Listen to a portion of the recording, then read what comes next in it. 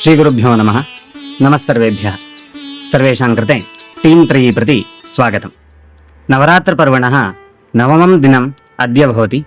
नवसु रूपेषु अद्यतनं स्वरूपं भवति देव्याः सिद्धिदात्री इति।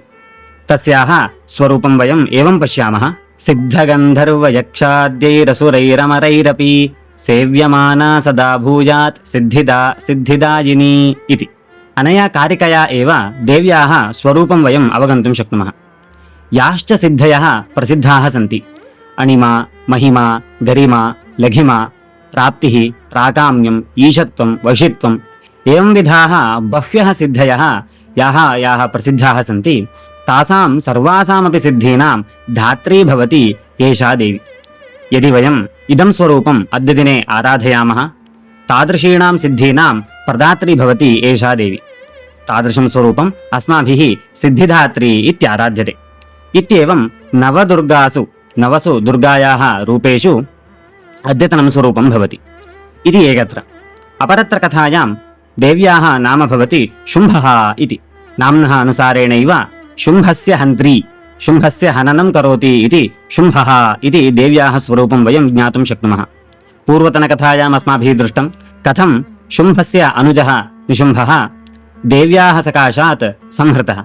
तस्य नाशानन्तरं शुम्भः देव्याः उपरि बहूनां बाणानां वर्षणमेव करोति, परन्तु देवी हुङ्कारमात्रेण सर्वेषामपि बाणानां निवारणं करोति। तदनन्तरं शुम्भः स्वस्य शक्त्यायुधस्य प्रयोगं करोति देव्याः उपरि, परन्तु देवी एकेनैव अस्त्रेण शक्त्यायुधं नाशयति। स च असुरः स्वस्य शक्त्यायुधस्य नाशानन्तरम् एकं दिव्यम् आयुधं स्वीकरोति। तस्य आयुधस्य नाम भवति चन्द्रहासः इति। तेन खड्गेन सह अपरमेकं फल्गुरायुधम् इति स्वीकरिष्यति। ताभ्याम् उभाभ्यामपि आयुधाभ्यां देव्याः उपरि आक्रमणं करोति, परन्तु दुर्गादेवी सिद्धिदात्री या वर्तते सा एकेनैव बाणेन तस्य नाशनं करोति। यदा स्वस्य आयुधानां नाशः भवति सः विविधैः रूपैः देव्याः उपरि आक्रमणं करिष्यति। आयुधानां नाशानन्तरं स्वस्य शरीरस्य विस्तारं कृत्वा आकाशपर्यन्तं स्वस्य शरीरं वर्धयति। तदानीं देवी स्वयम् अन्तरिक्षे किमपि आधारं विनैव आकाशमार्गे एव तिष्ठन्ति, तेन सह युद्धं करोति। देव्याः इदं स्वरूपं दृष्ट्वा सर्वेपि देवाः एवं ऋषयः तस्याः अर्चनं कुर्वन्ति, ताम् आराधयन्ति। एवमेव युद्धं कुर्वन्ती देवी बाहुयुद्धे आगच्छति। बाहुयुद्धेऽपि असुरस्य अनेकधा आघातः भवति। देव्याः प्रहारेण पुनः पुनः भूमेः उपरि शुम्भासुरः पतति।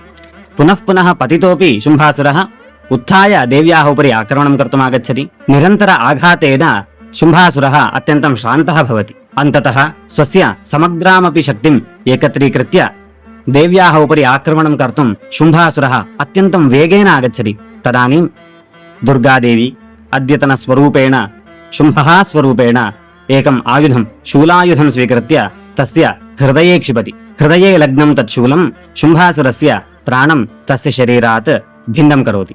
एवं रूपेण अद्य लोककण्टकस्य शुम्भासुरस्य विनाशं कृत्वा देवी शुम्भः इति स्वरूपेण समग्रमपि प्रपञ्चं रक्षति।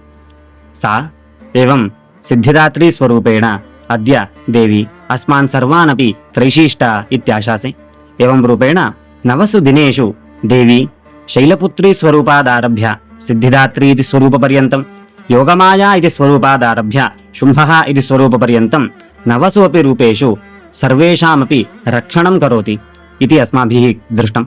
तादृशीं देवीम् आराधयन्तः अस्माकं शक्तिं नित्यं वयं वर्धयन्तः देव्याः स्वरूपं चिन्तयन्तः स्वस्य जीवने उत्कर्षं प्राप्नुमः इत्युक्त्वा विरमामि।